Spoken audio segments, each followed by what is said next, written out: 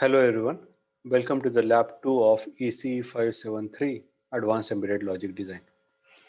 In this lab, we are going to discuss how to see the simulation waveform in the Vivado. So I have two projects here. One project where I have not used the pipeline pragma, while I have the another project where I have used the pipeline pragma. So we are going to see the difference between the two pragmas in the simulation results. So I'll start with the first project where I have not used the HLS pragmas and I am going to run the corresponding simulation result. So I'm going to do this run as launch on emulator.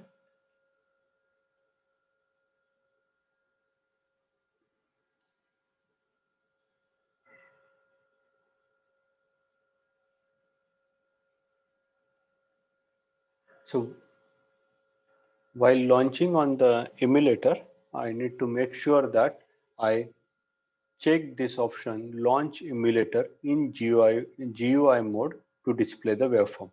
Since we have to observe the simulation waveform in the Vivado, we are going to click this option and then I'll work on the start emulator and run.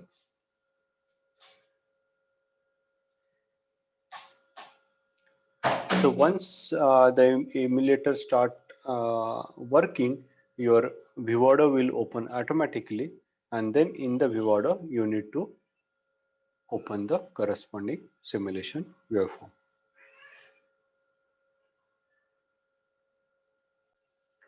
So you can see that now the Vivado is opening automatically, and even the Vivado you will see that the corresponding simulation waveform will be opened.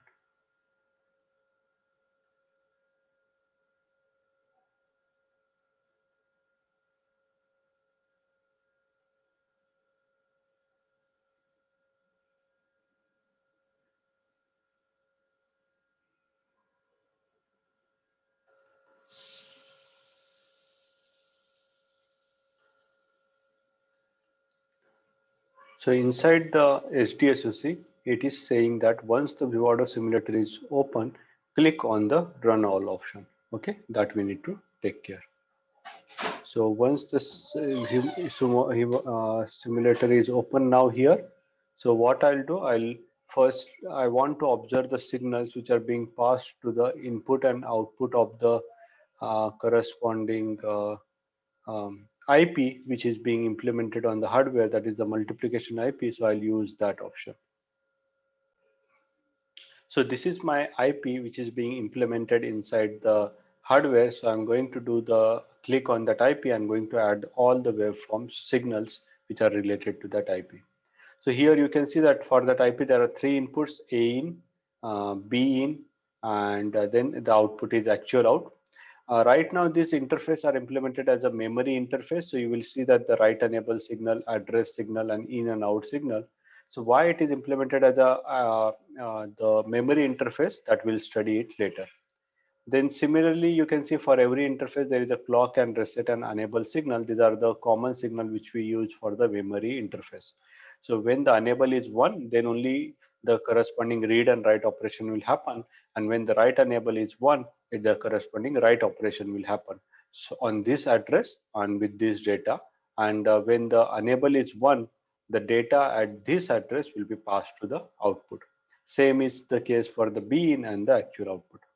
So in the HLS, in addition to your regular input, you also have this corresponding handshake block input.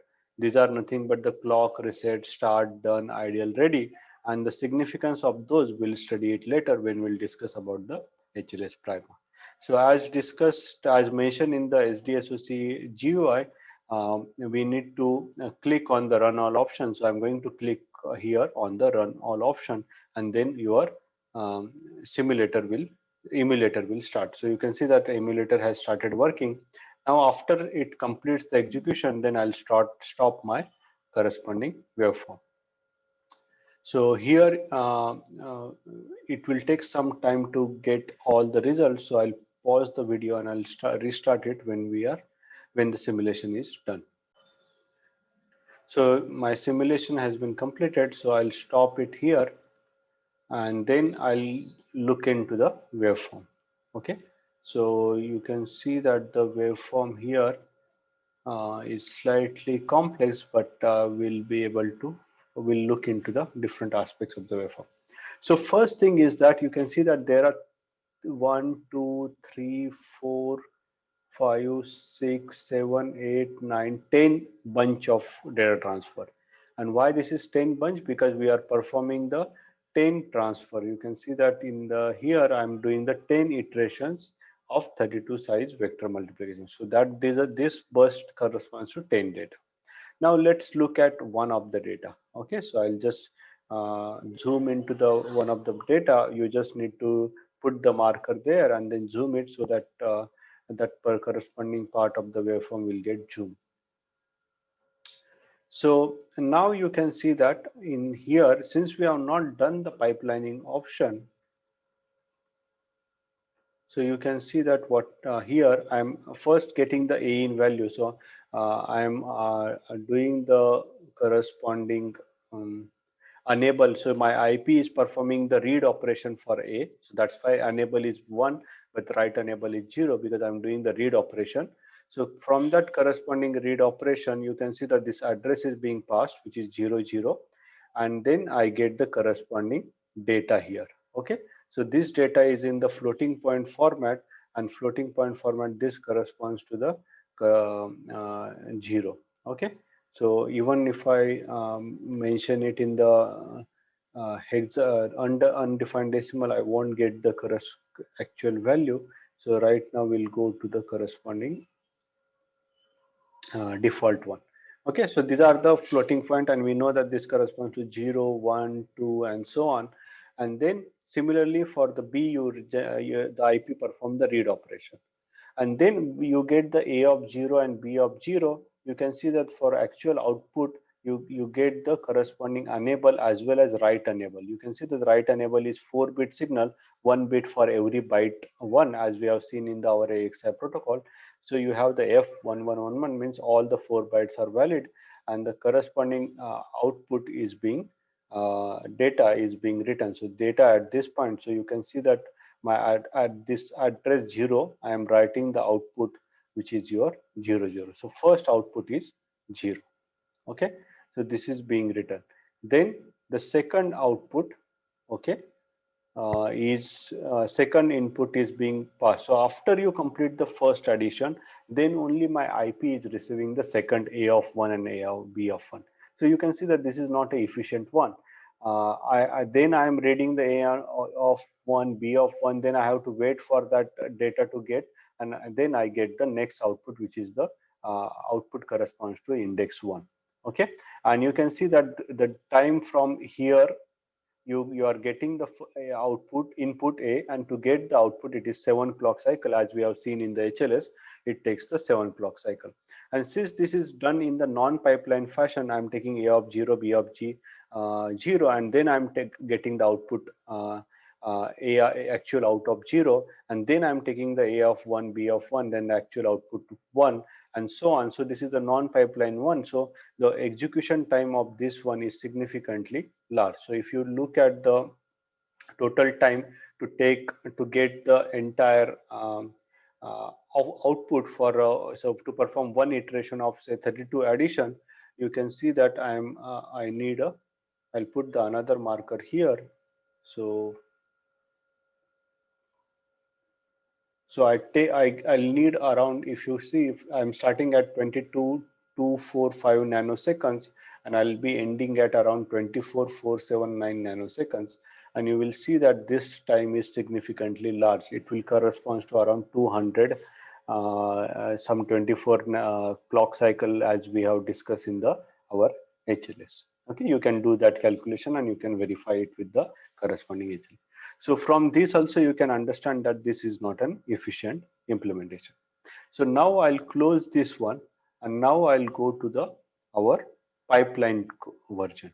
So in the pipeline version, which is here, you can see that our multiplication operation in this pipeline, we are doing it via, we are adding the corresponding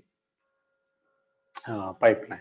So now I'm going to run this emulator, and let's see what results we see. First, I need to stop the emulator for the previous run, and then I need to run the emulator again.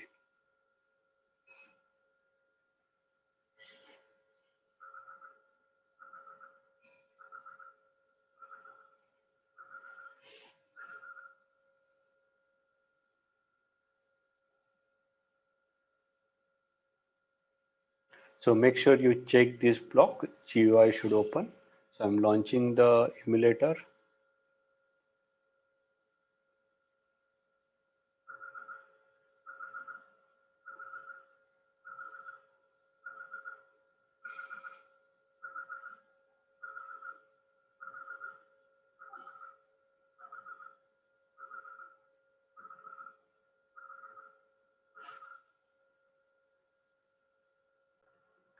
So now the Vivado is opening automatically from the SDSOC.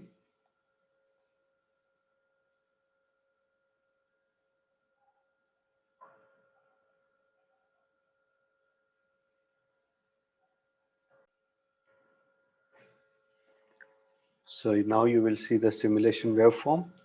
Then in SDSOC, you will see the notification saying that you need to do the run all option. Okay. So here to start the emulator, we need to do the run all option. So first I'll add all the waveforms related to my IP. You can see other signals also, but as we'll discuss more theory about the zinc architecture, we'll get more clarity of the other signal. So for now, we'll just focus on our IP. So I'll do the run all option so that your emulator will start working in the SDSSC. So your emulator has started. You can see that you get the display of running 10 iteration of 32 size vector multiplications. And once this operation is complete, we should stop the corresponding waveform. So my simulation has been completed. So what I'm going to do, I'm going to go into the Vivado. I'm going to stop the corresponding waveform.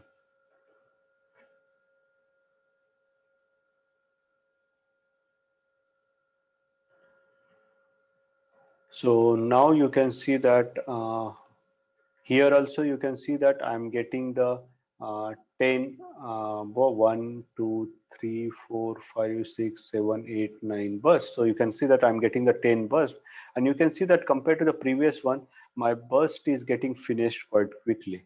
And why this is happening? This is because of the pipeline version. So, and that's why your execution time in the PL is significantly reduced. Okay, so now if you see here,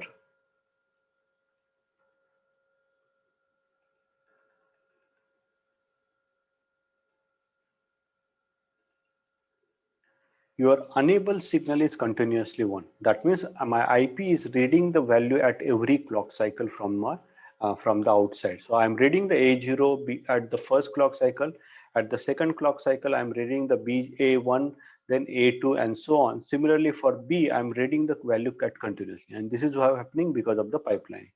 Then after I read the value of A0, B0, after the initial clock delay, you can see that there is a clock delay of 6 clock cycle, I get the first output. So this is the initial latency to perform the first. After you get the A0, B0, to get the actual out 0, you need an initial 1. And after that, at every clock cycle, I'm producing the another output. So this is the advantage of the pipeline. In the non-pipeline version, I'm getting A0, B0. Then after 7 clock cycle, I'm producing the actual out 0. Okay, so that time remains the same. But in the non-pipeline version, I'm taking the A1, B1 after I complete the corresponding actual out 0. So here I'm buffering the next value of A0 and A1, A2, and so on before even completing the first operation. And then you can see that once I complete the first output, immediately I get the second output and so on. So after, so we can see that after I read the first input, so if I put the marker here, And then if I put the another marker here where I get the last output at this location, I get the, okay, I need to add the another marker.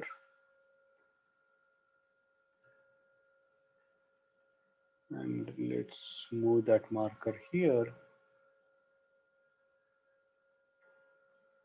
So you can see that this is the 31225 and 31595. So you can see that the time has been significantly reduced.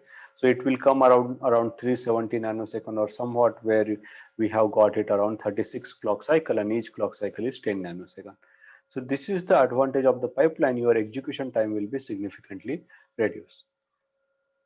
Okay, so and you can look at there are 10 bursts are there, and all bursts are being executed. And here also you can see in the QEMU, though the timings are not accurate, there is a significant reduction in the timing of the hardware compared to the non-pipeline version, almost 10 times reduction in the hardware, and that is expected as per our previous calculation.